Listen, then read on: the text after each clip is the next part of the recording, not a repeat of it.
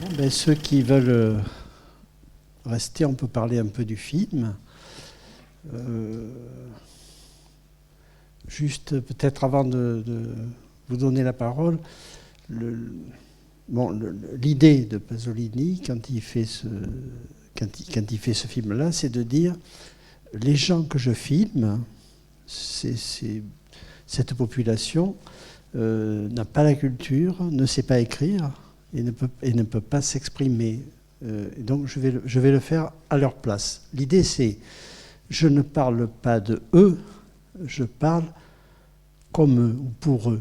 L'idée c'est donc d'avoir aucune posture, si vous voulez, de jugement ou un truc moral, etc. L'idée c'est, je leur donne une existence artistique que eux ne peuvent pas avoir à cause de tout, enfin de leur situation, de leur pauvreté, de leur impossibilité d'écrire, de parler ou de créer. Donc voilà, il se met, c'est comme s'il mettait le cinéma au service de ceux qu'il est en train de filmer, sans essayer d'avoir une... Alors, la seule posture qu'il a par rapport à eux, c'est de dire je les filme avec innocence et je les filme de façon sacrée. Alors vous avez vu, il y a une chose qui revient dans ce premier film tout le temps. Après, ça va devenir très très important, évidemment, dans l'Évangile selon saint Matthieu. C'est le panoramique. On passe d'un visage à un autre. Par exemple, quand ils sont au moment où ils sont jugés chez les flics, l'idée de Pasolini, c'est voilà, finalement, le cinéma, c'est ça, c'est je regarde les visages de chacun et je les regarde sans jugement. Je regarde leurs traits, je regarde physiquement ce qu'ils sont, je regarde leur regard. Donc ça, il va le faire après. Évidemment, quand il filme l'Évangile, il a de quoi faire, puisqu'il a les apôtres et il n'arrête pas de faire ça. C'est-à-dire, les gens qu'il a choisis pour être les apôtres, il va faire sans arrêt, comme ça, des plans de l'un sur l'autre. Pour lui, le cinéma, c'est ça. C'est-à-dire montrer que dans chaque visage, il y a du sacré. En gros, d'ailleurs, vous avez vu que là, sur le sacré, il y va fort, puisque il y a Bach, par exemple, quand il y a la très très belle empoignade des deux hommes, parce que c'est pas une bagarre, c'est comme des gens qui se tiennent l'un à l'autre, ils sont pareils. Si vous voulez, c'est pas pour gagner, c'est une espèce de truc du malheur. C'est-à-dire, et ils se tiennent les uns les autres comme ça, enfin l'un et l'autre. Et là, bon, la scène est magnifique, c'est-à-dire que Pasolini, à la bande-son, met Bach, donc de seul coup, c'est comme si c'était une messe, enfin, ce qu'on est en train de voir. Et puis, ce qui est très beau, c'est que les gens qui viennent pour les séparer comprennent qu'on n'y touche pas, et ils reculent. Et il y a un cercle comme ça de sacré autour d'eux. On voit juste les pieds à un moment des gens qui sont les spectateurs de ça, comme si le sentiment de sacré de ce qu'ils sont faisait que plus personne ne peut s'en mêler. Ça reste comme ça quelque chose d'intouchable. Et d'ailleurs, on ne voit pas vraiment la fin de cette espèce d'empoignade du malheur, enfin, la façon de se tenir l'un à l'autre comme ça, parce qu'après tout, ils sont tous pareils. Enfin, je veux dire, du point de vue d'être dans la difficulté, être dans la misère, etc. Mais chez Pasolini, il n'y a pas de... Il n'y a jamais... Comment dire? Les gens qui filment, pour eux, ils ont aussi la gaieté, ils ont aussi l'innocence. Si vous voulez, il y a cette idée que, pour Pasolini, c'est que il y a une innocence du mal, finalement, dans cette... disons, dans une sorte de catégorie comme ça, il y a l'innocence du mal, comme après, dans l'Évangile, il y a la même chose sur les apôtres. Il y a quand le Christ choisit ses apôtres, la scène est très belle, c'est qu'il désigne comme ça qui doit le suivre, et après, il y a toutes sortes de populations, mais après, ils sont égaux. C'est-à-dire l'idée, voilà, le fait d'avoir été choisis fait qu'ils sont égaux et qu'ils sont aussi sacrés les uns que les autres. Donc là, c'est un peu le principe du film. Alors, sur le scénario, parce qu'il n'y a pas de cynisme. Et ce qui est très très beau, évidemment, c'est c'est Stella. Alors, bon, sur Stella, juste je dis quelque chose parce que c'est une chose qui, moi, m'a énormément touché depuis toujours. C'est quand il rencontre Stella, c'est une annonciation. C'est très exactement une annonciation. C'est-à-dire, il y a l'ange, c'est elle, et il lui met même des petits fichus qui volent dans le vent. C'est-à-dire, il la filme comme quelqu'un qui volette. Elle rentre, elle sort de l'obscurité, et lui, il est à la place de la Vierge. C'est-à-dire, lui, il est dans les annonciations, il y a exactement cette structure. Donc, il fait une annonciation où l'ange, c'est elle, et lui, il est et elle s'appelle Stella, donc il y est allé fort sur ça, si vous voulez. Même si, évidemment, l'annonce, c'est l'annonce qu'il a trouvé une autre fille à mettre sur le trottoir. Mais le film est quand même, enfin, sur la fin du film est magnifique. C'est-à-dire que finalement, il se rend compte lui-même de l'indignité de ça. Et finalement, il veut plus qu'elle aille se prostituer. Et donc, il essaye le travail. Le travail, c'est insurmontable pour lui, d'un point de vue moral. Il dit, je ne suis pas une bête, ça. Et il choisit le vol, parce qu'au début, il méprise le voleur. Le voleur, c'est dans la catégorie, pour lui, le maquereau, c'est plus digne que le voleur. Et il choisit le vol, c'est quelque chose qui pour lui est indigne, mais pour qu'elle ne retourne pas se prostituer. Donc il y a une espèce de conversion qui évidemment va se traduire par la mort. C'est-à-dire, et la mort, alors la mort est absolument somptueuse, parce que d'abord il y a le rêve qui annonce la mort. Et après, la mort, elle est un peu comme chez Jean Cocteau, c'est-à-dire il y a cette moto qui circule comme ça dans la Seine, on ne sait pas pourquoi, et il va mourir hors champ au bord du... Alors, ce lieu-là de la mort, c'est un lieu très, très pasolinien. À Rome, d'un côté, il y a les abattoirs. C'était les grands abattoirs municipaux. À côté, il y a le gazomètre. C'est des grands lieux pasoliniens. Si vous voulez, il y a des photos très belles de Pasolini sous le gazomètre. C'est un lieu, parce que c'était un lieu qui était à l'écart de la ville bourgeoise. C'était un lieu qui était, si vous voulez, pour lui, un lieu qui était sauvé, enfin, en tout cas, qui échappait, si vous voulez, au travail, à l'argent, etc. Donc, c'est un lieu mythique pour lui, parce que Pasolini, ça on verra dans les autres films, il a des lieux mythiques à lui. Pour lui, le réel n'est pas que le réel. Le réel, c'est pas le réalisme. C'est pas, si vous voulez, pour lui, les lieux aussi sont mythiques. Et après, plus tard, il ira chercher des lieux mythiques en Afrique, partout, si vous voulez. C'est-à-dire que pour lui, le décor doit être frappé du sceau du mythe et du sacré. Après, bon, évidemment, il fera même des films sur le mythe.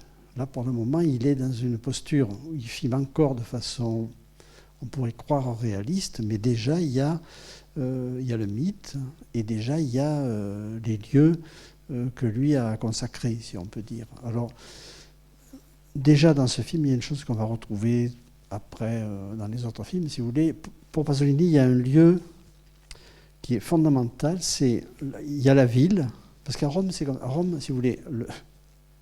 Chez nous, à Paris, par exemple, ou à Marseille, il y a pas la ville ne s'arrête pas net. Après, il y a la banlieue, il y a des choses comme ça. À Rome, il y a des endroits où les bâtiments donnent sur rien. Comme on voit là, quand il se promène avec elle, on a l'impression qu'on ne sait pas où, il y a même des palmiers, et on voit les immeubles. C'est-à-dire, il y a les immeubles, il y a la ville, et puis il y a les confins de la ville. Donc ça, il en a beaucoup parlé, Pasolini, il dit... Il y a la cité, avec toutes ses lois, avec le commerce, avec etc. Et puis il y a ce qui est juste après la cité. Et c'est le terrain vague, c'est le lieu d'épulsion, c'est le lieu, si vous voulez, où tout ce qui fait les règles de l'urbanité disparaît. Donc, et vous verrez dans Mama Roma, c'est impressionnant, puisque chaque fois quand on sort de la ville, les valeurs... disons, de la société n'existe plus. C'est un lieu où il y a, et là aussi un peu, puisque quand il couche avec elle pour la première fois, il l'amène dans cet espace. Il ne fait pas ça en ville, si vous voulez, il fait ça dans cet espace comme ça. Et, bon, la scène est magnifique parce que pendant qu'il la prend par la main, il la conduit, et puis il y a un petit garçon qui joue, qui tape sur une casserole, enfin sur un truc comme ça, quoi. C'est-à-dire il y a les immeubles, ça c'est le social. Il y a cette zone voilà, de neutre, enfin comme ça, et puis il y a le lieu après. Pasolini dit ce qui est autour de la ville, c'est le lieu où on jette tout, où la ville jette ses déchets, jette ses pauvres, jette, si vous voulez. Pour lui, cette frontière-là, elle est fondamentale. Hein. Dans ces films, vous verrez, dans les autres films, c'est à peu près pareil. Et ça dit quelque chose dès le départ. Bon, ce qui est extrêmement impressionnant, on le verra par la suite, c'est que dans ce film, Pasolini, comme cinéaste, est déjà entièrement constitué, alors qu'il n'a jamais fait un film, il n'a jamais fait un plan avant de commencer ça. Et quand on voit la beauté plastique, enfin, c'est incroyable, tous les plans sont absolument magnifiques, il n'y a jamais rien d'à peu près, il n'y a jamais rien de mou, et il se sert très peu du langage cinématographique. Il y a une espèce de truc comme ça, brut, net, frontal, tout le temps dans ce film-là. Alors le quartier là, le quartier où ils vivent, hein, la petite bande là dans la rue, aujourd'hui il est intact, hein, mais là où avant c'était les gens qui arrivaient de la campagne, hein, en gros, qui vivaient dans ces zones-là, aujourd'hui c'est des Africains. C'est-à-dire que la population, ça c'est pas en bourgeoisie, on est à 10 minutes de la maison de Rome-Ville ouverte, hein, là. Mais c'est un univers à part, comme ça. Et moi, j'ai voulu refilmer la fontaine où il boit. Et au moment où je filme, il y a un noir qui arrive et qui se remplit la gourde d'eau, si vous voulez. C'est-à-dire, il y a quelque chose qui est resté dans ce quartier un lieu à part, où les gens se débrouillent, vivent. Bon, il n'y a plus, évidemment, le côté... dans la rue, le côté où eux, ils ont leur vie, c'est devant le café, comme ça, il y a tout leur rituel, leur plaisanterie, etc. Et alors, il y a une chose aussi très... aujourd'hui, les rives du fleuve, c'est fini. C'est une tristesse absolue. Il n'y a plus...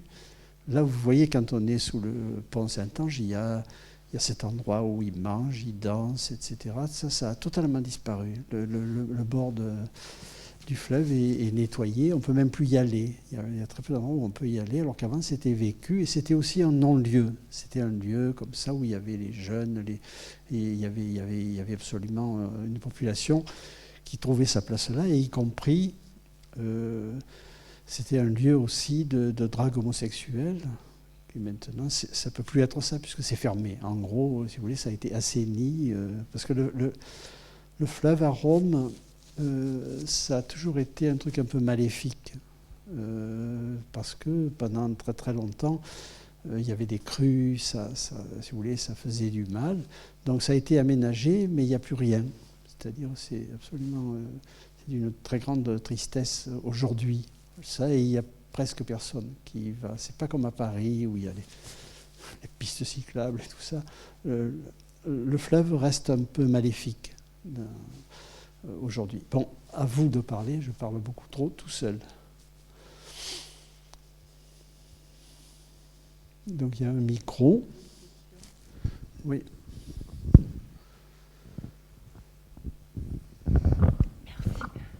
Justement, à propos de l'espace, je ne sais pas comment faire avec le masque, c'est pas simple.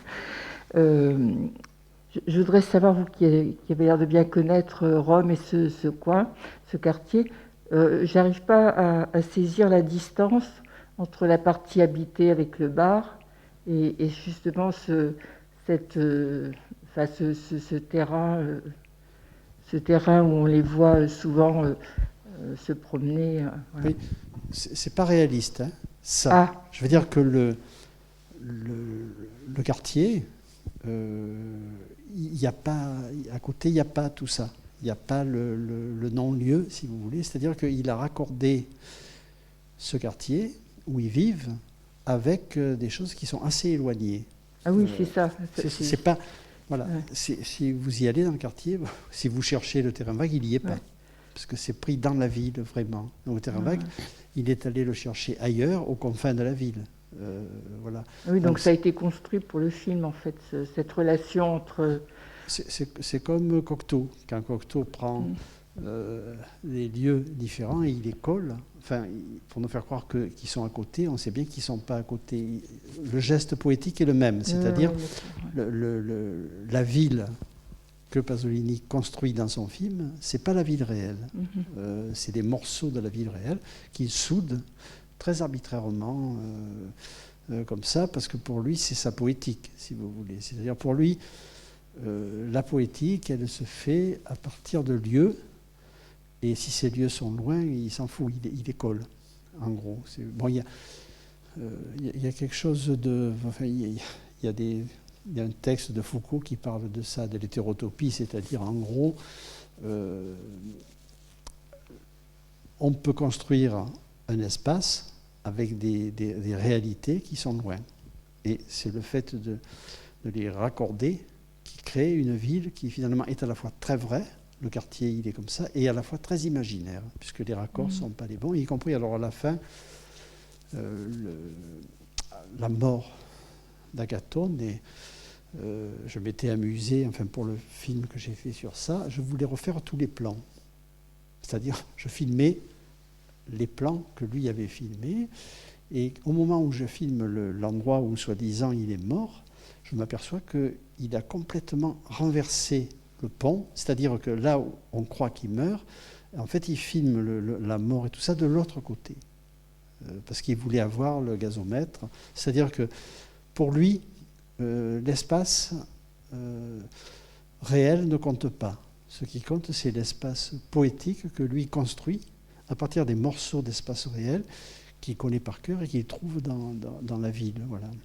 Et on va les retrouver après ailleurs, chez lui.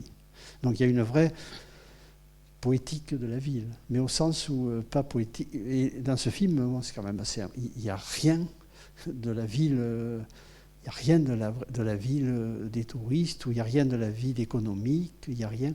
C'est que des morceaux qui n'ont rien à voir avec, disons, la bourgeoisie, l'économie de Rome, les magasins. Il n'y a rien. C'est-à-dire il a construit une ville à part, avec des morceaux quand même de la ville réelle. Mais on ne voit rien de Rome, à part... mais ça, c'est par la voie antique, où il vient la retrouver la nuit, quand le type l'a laissée et qu'elle revient. Bon, là, mais c'est un lieu mythique. C'est un mythique puisque ça date des Romains, etc. Donc il n'y a pas un plan au centre-ville. Un plan, disons, à la Rome normale, si on peut dire, que nous, on connaît. Voilà. C'est-à-dire que pour lui, cette population, que lui connaît bien, c'est-à-dire c'est pas le film de quelqu'un qui se met à raconter la vie de gens qu'il ne connaît pas. Il les connaît, il vit avec eux, il a vécu quand même, quand il était là-haut, là, il vivait avec eux. Il a appris leur langue, donc vous imaginez, pour un intellectuel comme lui, avant d'arriver à Rome, il n'avait pas entendu un mot de cette langue romanesque, il l'apprend. Il a des cahiers, bon, j'ai vu chez Graziella des cahiers où il notait les mots en romanesque et ce que ça voulait dire en italien, si vous voulez. C'est-à-dire, il veut pouvoir parler de eux avec leurs mots. C'est pas du pittoresque, parce qu'il y avait du romanesque avant dans les films romains, c'était pour faire parler le petit voyou. Mais il y avait une forme de mépris, si vous voulez. C'était, voilà, ceux qui ne sont pas comme nous parlent comme ça. Tandis que lui, il dit, je suis avec eux. Et quand il parle, je parle comme eux. En tout cas, je comprends absolument leur langage et puis leur mode de pensée. Et puis bon, il y a évidemment... et puis les moments de joie. Parce que ce n'est pas du tout un film misérabiliste sur les pauvres.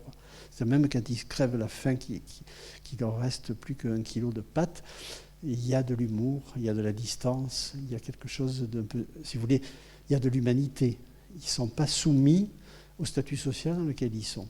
Au contraire, au plus ça va mal, au plus ils ont la main sur tout, par la parole notamment. Bon, c'est évidemment, le langage est magnifique. Enfin, tout ce qui se dit dans ce film, c'est un vrai langage. C'est pas un truc au rabais, quoi. Il est, voilà. Une autre...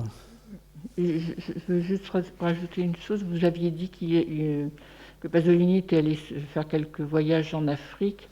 Et moi, j'ai ressenti, pour connaître un petit peu, qu'effectivement, on pourrait presque imaginer qu'on est dans certaines banlieues de grandes villes africaines, même de villes d'Afrique du Nord. Tout à fait. Et alors, ce que j'ai aussi, après j'arrête, je passerai le micro à d'autres. Moi, ce qui est un peu compliqué, c'est le rapport à la prostitution et aux femmes dans le film. C'est très, enfin, moi, je l'ai ressenti comme une violence. Enfin, mais en même temps, je pense que c'est une réalité. Mais c'est vrai que en tant que femme, il y a des scènes qui étaient très très dures à vivre pour moi. Oui, mais pour lui aussi.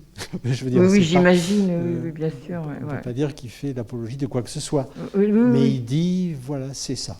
C'est bien montré en tout cas. C'est ça, avec tout ce qui se joue avec la fille, quoi. Mais bon, ce qui est quand même, comment dire, là où il intervient un peu, c'est parce qu'on se dit, bon, Akatone, évidemment, jamais il changera d'idée, c'est-à-dire il a besoin d'une fille pour la prostituer, et quand même, il change d'idée.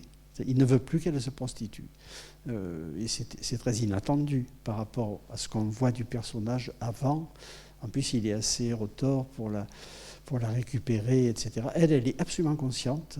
Bon, ça, c'est magnifique. C'est-à-dire elle analyse exactement ce qui est en train de lui arriver et elle le fait pour lui. Et c'est lui qui lui dit non, finalement, enfin, à un moment. Donc ça, c'est le côté un peu...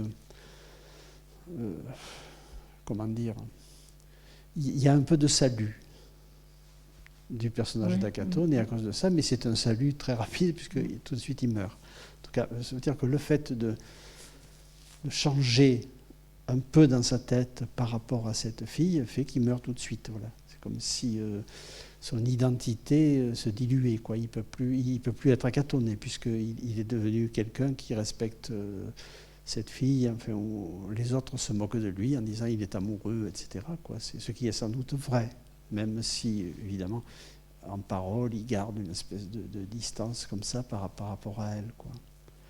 Qui est magnifique. Dans le film, cette actrice est magnifique. Alors, dans ce film, il n'y a pas de... Même Franco Citti n'est pas acteur. C'est-à-dire, quand on voit ce qu'il fait dans le film, c'est-à-dire, c'est juste que Pasolini l'a observé, a regardé ses gestes, a regardé comment il parlait, et il fait la mise en scène sur lui.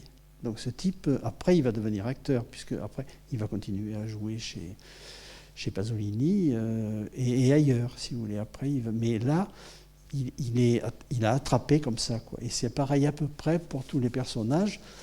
Après, Pasolini quand il va tourner avec la Magnani dans le film d'après, on le verra et on en parlera, et après il va mélanger des acteurs et des non-acteurs, et il va aussi mélanger tous ses amis écrivains, intellectuels, il les fait jouer dans ses films, mais il les fait jouer à égalité avec les gens, les anonymes, les gens qui sont... Pour lui, c'est la même matière, voilà, qu'on prenne... un intellectuel ou quelqu'un qu'on trouve dans la rue, c'est pareil. C'est-à-dire le regard qu'il porte sur eux est toujours du même ordre, comme ça. Qui est-ce qui voudrait... Attendez.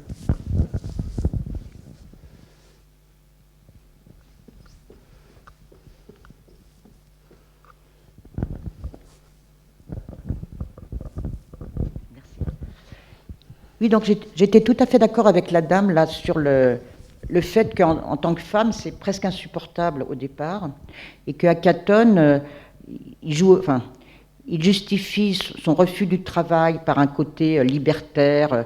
Moi, je suis pas un chien, mais en même temps, c'est en faisant travailler les femmes, donc c'est insupportable, c'est un anti-héros. Et lorsqu'enfin il a cette rédemption, Pasolini va le tuer, quoi. Enfin, ça, c'est bon, vous le disiez tout à l'heure. Hein. Et sinon, je voulais vous demander si Pasolini était croyant. C'est ça que je voulais vous demander. Bon, si vous voulez, Pasolini a de plus en plus pensé que si on ne croit pas au sacré, il n'y a plus rien.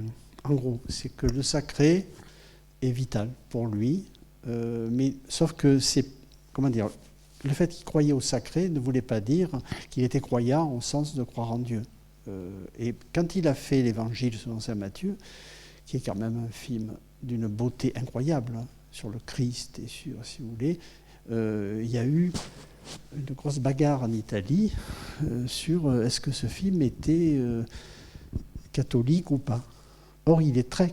Je veux dire, objectivement, quand on le voit aujourd'hui, on ne peut pas imaginer qu'il y ait eu autant de choses qui se soient dites. Et finalement, il y a quelqu'un dans l'Église qui a pris la défense du film et le pape l'a vu.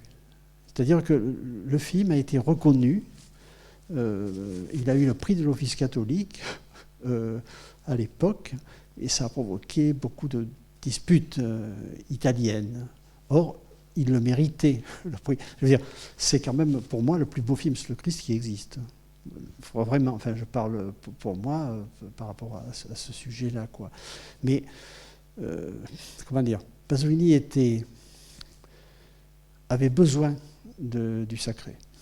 Il dit sinon c'est pas la peine, le monde est terne, etc. Mais pour lui le sacré, ça voulait pas dire qu'il croyait en Dieu ou qu'il croyait au paradis ou je ne sais quoi, voilà. Et il en a eu de plus en plus besoin du sacré, c'est-à-dire au fur et à mesure qu'il était dégoûté par ce que devenait la vie, enfin Rome, le commerce, tout ce qui lui a fait horreur, et surtout la télévision. Il s'est réfugié vers des choses sacrées, vers des lieux sacrés. Voilà. Donc, cet homme, ceci dit, on pourrait dire presque la même chose de Buñuel. Buñuel, on a toujours l'impression que c'est un bouffeur de curé. Et en fait, Buñuel, c'est pareil. Il avait besoin de sacré. Et pour lui, c'était pas incompatible avec le fait d'être non-croyant. Voilà. En gros. Je ne sais pas si j'ai répondu, mais...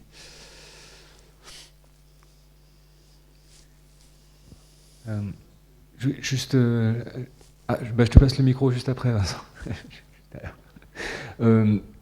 Juste, oui, je voulais revenir sur ce que vous disiez sur les acteurs. Je voulais juste redire mon impression, en fait, que je trouve vraiment les acteurs formidables, justement, parce que parfois on a l'impression que de voir un jeu amateur, parfois j'ai l'impression de voir un petit regard caméra furtif, un petit peu comme ça, au passage. Et je trouve ça très très beau. Enfin, je sais, c'est vraiment extrêmement touchant parce qu'il y a, quand vous parlez de l'innocence, en fait, on la retrouve, je trouve, oui. à ce niveau-là, en fait.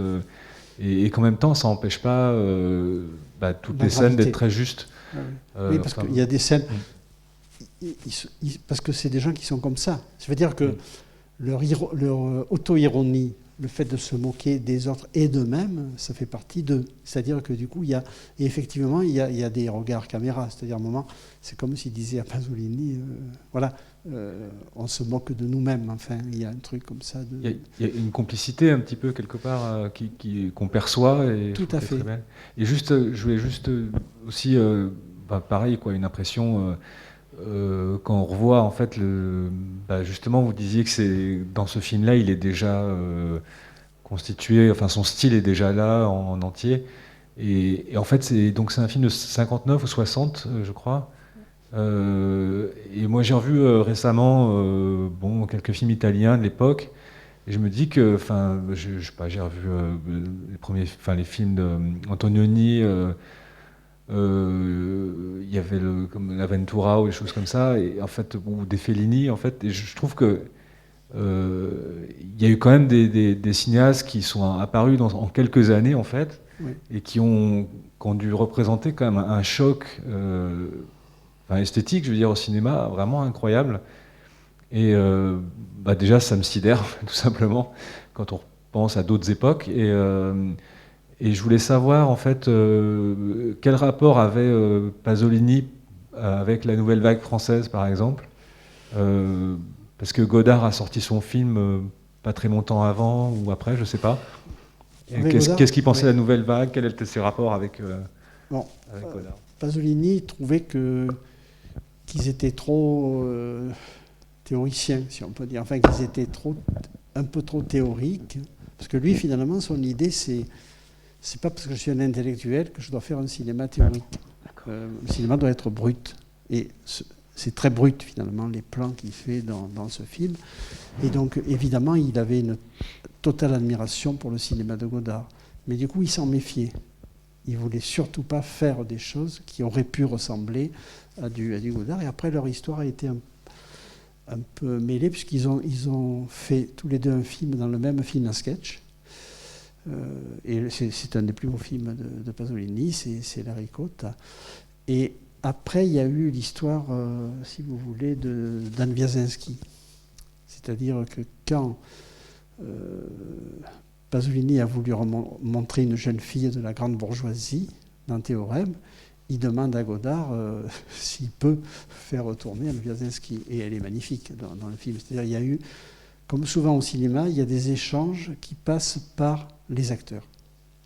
Et il y a des acteurs dont ça a été une fonction, pratiquement. Anne Wiazemski, c'était pas une grande actrice, mais elle a circulé à un moment donné dans toute une génération de cinéastes qui disaient, elle, je l'emprunte, en gros, comme ça. Donc c'est passionnant dans l'histoire du cinéma. Il y a des moments où il y a des acteurs qui servent à ça. Et Anne Wiazemski, c'est invraisemblable. Elle a tourné avec Glauber Rocha, elle a tourné. C'est-à-dire, elle a fait une carrière qui était absolument impensable par rapport à son jeu d'acteur. Qui elle joue elle-même. C'est pas et voilà. Il y a aussi Jean-Pierre Léaud, évidemment. Pierre Léaud a été comme ça quelqu'un qui a circulé dans toute une génération. Voilà. Et alors, il y a des photos où il y a Godard et Pasolini ensemble, qui sont assez drôles, où il y a Godard, Pasolini et Anne Wiazemski, entre autres. Et il y a quelques lettres. Il y a eu quelques petits échanges de lettres entre les deux, quoi. Il y a une lettre qu'on avait mise dans l'exposition. Parce que Godard, ce qui intriguait beaucoup Godard, c'était le rapport de Pasolini et de Laura Betti. Puisqu'il savait que Pasolini était homosexuel. Et Pasolini lui répond et lui dit « C'est mon épouse non charnelle, mais c'est mon épouse. » C'est-à-dire un truc comme ça de très grande intimité, de dire ça à Godard, quoi. Il dit « Voilà, je vais te dire ce qu'elle est pour moi. Elle est mon épouse non charnelle. » Évidemment, ça, c'était aussi pour parler, je suppose, de l'emprunt d'Anne Wiazemski dans son propre film. Mais après, sur les... Pasolini, il a aussi aimé beaucoup faire retourner les acteurs, des vrais acteurs, comme ça. Là, il n'y a rien, là. Il n'y a rien de professionnel. Là, il a eu de la chance, il est tombé sur un chef opérateur qui a absolument compris ce qu'il voulait. Tonino Licoli, et après, il ne s'en séparera pas non plus, si vous voulez. Il a eu beaucoup de chance, Pasolini, quand même. C'est-à-dire qu'il trouve un producteur alors qu'il n'en a pas. Il trouve Citti, qui est quand même l'homme qu'il fallait pour jouer le rôle d'Acatone.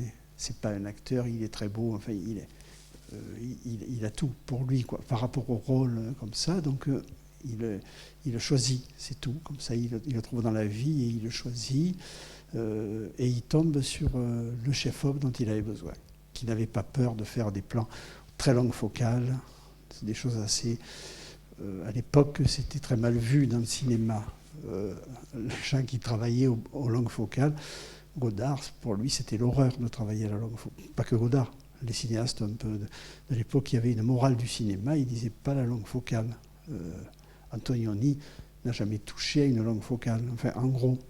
Et lui, il arrive et il s'en fout. Je veux dire, parce qu'il n'est pas dans le milieu du cinéma. Pour lui, quand il fait un film, c'est comme quand il écrit de la poésie. C'est-à-dire, voilà, il donne sa vision du monde et il ne se confronte pas au code des autres cinéastes. Il est à part, il est à l'écart, etc. Et il s'y tiendra. Jamais il rentrera dans le jeu de que font les autres. quel est le cinéma que font les autres. Voilà. Évidemment, les autres, ça les agace. Aussi, ça. Et comme il a aussi toute sa vie, Pasolini a été en procès. Il a eu 50 procès. Il allait toutes les semaines au palais de justice. Ça fait partie de son emploi du temps, parce qu'il avait toujours 6 procès en même temps. En général, il les a tous gagnés. Mais la société italienne n'a pas arrêté de le persécuter par des procès, quoi qu'il fasse. C'est-à-dire quand il fait la ricotta, c'est un scandale absolu en Italie, etc. Donc il est un ferment de scandale, mais il ne veut pas faire un scandale. C'est-à-dire que l'Italie de l'époque a vu dans Pasolini l'homme à abattre. La bourgeoisie italienne n'a jamais supporté l'existence de Pasolini. Et c'est sans doute une des raisons pour lesquelles il a été assassiné. Voilà. C'est Pasolini était quand même extrêmement courageux. C'est-à-dire qu'il écrivait dans la presse des choses qui étaient impossibles à écrire dans la presse à l'époque. Et notamment quand il est mort, donc il avait écrit dans un des plus grands journaux d'Italie, « Je connais les noms de ceux qui ont fait les attentats à la gare de Florence, etc. » Donc, parce qu'il avait vraiment enquêté, et il dit « Je connais les noms ». Donc évidemment, on peut penser que s'ils l'ont cru, il fallait vite s'en débarrasser. Si ce qu'il disait était vrai, et c'était possible que ce soit vrai. Voilà. On ne sait pas. Même Graziella ne sait pas s'il avait vraiment les noms ou si c'était pour intimider les autres qu'il leur a dit « je connais les noms ». C'est-à-dire, je peux savoir, parce que c'était une histoire de pétrole, hein, évidemment, tout ça. Et lui, il s'attaque directement à la question du pétrole italien et le pétrole des autres puissances, etc. Ouais, juste une petite remarque. En voyant le film, là, ce qui m'amusait, c'est que entre Nanni Moretti, Godard et Pasolini, qui sont des gens très proches de la gauche prolétarienne, on voit comment tous les grands cinéastes, finalement, ils sont revenus, ils se sont confrontés aux religieux et voilà, au sacré. Et c'est assez amusant de voir ce parcours. D'abord, beaucoup de contestations, et puis ensuite, il y a une sorte de... Je dirais pas qu'ils deviennent plus religieux que les religieux, mais en tout cas, ils tirent voilà, ils tirent le meilleur du spirituel, quoi. Oui, c'est pas tout à fait contradictoire, si je peux me permettre. Mais si vous voulez, dans le cas de Pasolini, il a été avant tout communiste. C'est-à-dire que quand il était dans le Frioul, il était avec les petits, disons les communistes qui étaient des ouvriers agricoles, etc. Il était avec eux. Et après, l'histoire de la guerre est quand même invraisemblable. C'est que son frère a voulu partir dans la résistance. Et lui, qui était plus vieux que son frère, lui a dit « Tu as raison, vas-y ». Donc il y a eu un truc de délégation comme ça. Et son frère est mort dans un truc qui a été un des plus gros scandales de la fin de la guerre en Italie. C'est-à-dire qu'ils étaient dans le maquis, enfin ils étaient dans la montagne, et ils ont été massacrés, c'est le massacre de Porzù, par des communistes titistes. C'est-à-dire que la question c'était, on va gagner la guerre, donc qui va gagner ce territoire? Et du coup, des communistes de Tito ont tiré sur des communistes italiens où était le frère de Pasolini. Et on peut se dire après ça, il y a de quoi quitter le Parti communiste, et il est resté au Parti communiste. C'est-à-dire que ça a été pour lui très violent, hein, puisque finalement, d'une certaine façon, il a été un peu responsable de la mort de son frère, puisque c'est lui qui lui a dit « tu fais ce qu'il faut faire, il faut rentrer dans la résistance, il faut quitter la ville, etc. » Et après, il a continué à se battre aux côtés des communistes. Bon, après, plus tard, moins, mais si vous voulez, c'était quand même un engagement très fort pour lui, l'engagement au Parti communiste italien de l'époque, hein, évidemment. C'est pas, ça a un autre sens, disons, que ça aurait aujourd'hui.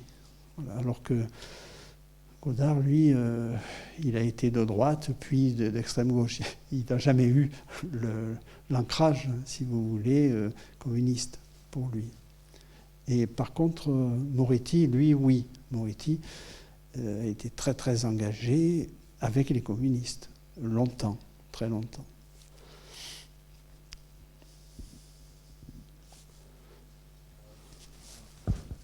On prend une dernière question.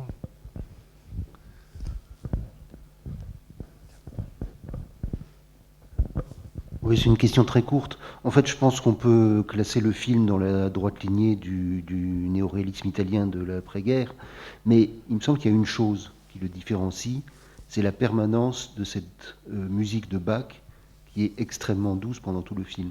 Je pense qu'il a vraiment conçu le film autour de ça, et il y a un véritable contraste entre la douceur de cette musique lancinante et la force, la cruauté des scènes qui sont décrites. Oui, ça veut dire que l'empreinte du sacré, elle doit y être. Et Pasolini, il y a un truc que j'aime beaucoup chez Pasolini, pas que chez lui, parce qu'il y a des cinéastes qui financent avec la musique, qui font des trucs et tout. Pasolini, pour lui, la musique, c'était simple. Elle commence là, elle s'arrête là. Et on ne fait pas de financerie, c'est-à-dire on met la musique, et on la met de façon très visible, enfin, pour le spectateur. Parce que quand ça commence et quand ça finit, il n'était pas là en train de faire des mixages complexes. Ça voulait dire, attention, sacré. C'est-à-dire, voilà, ce que je montre là, c'est du sacré. La musique vous le dit, par rapport aux images que je fais, il faut les recevoir comme quelque chose de sacré. Donc c'était très net, comme ça, sur l'utilisation de la musique. Ça perdurera, ça, hein. Après, vous verrez, dans les autres films, c'est pareil.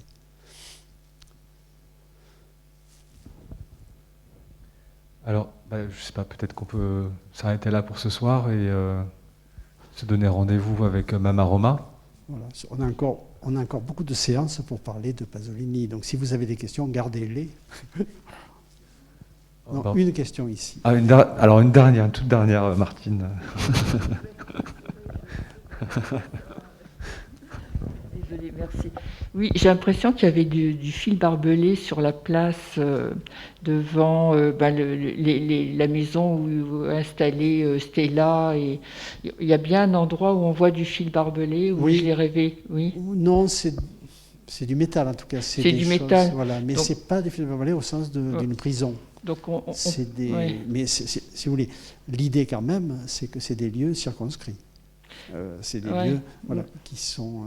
Alors moi j'avais pensé à la couronne du Christ, et puis comme lui il est très christique, le personnage d'Akatone, et il est filmé de cette manière, en plus il est sacrifié tout de même, hein, bon. Et puis aussi... Il s'auto-sacrifie. Oui, il s'auto-sacrifie. Mais, on pourra en rediscuter. Et la deuxième chose, j'ai beaucoup aimé les deux scènes qui se renvoient d'ailleurs, de discussion entre Akatone et puis les deux femmes qu'il aime, sa vraie femme, et puis Stella. Oui. Ces deux scènes sont magnifiques. C'est deux travelling très très longs. C'est filmé pareil. C'est-à-dire l'idée. Bon, on retrouvera ça tombe bien, puisqu'on retrouvera ça dans Mama Roma, où il y a des travelling arrière incroyablement longs sur l'actrice. Bon, bien, bonne soirée, on se retrouve... Merci beaucoup.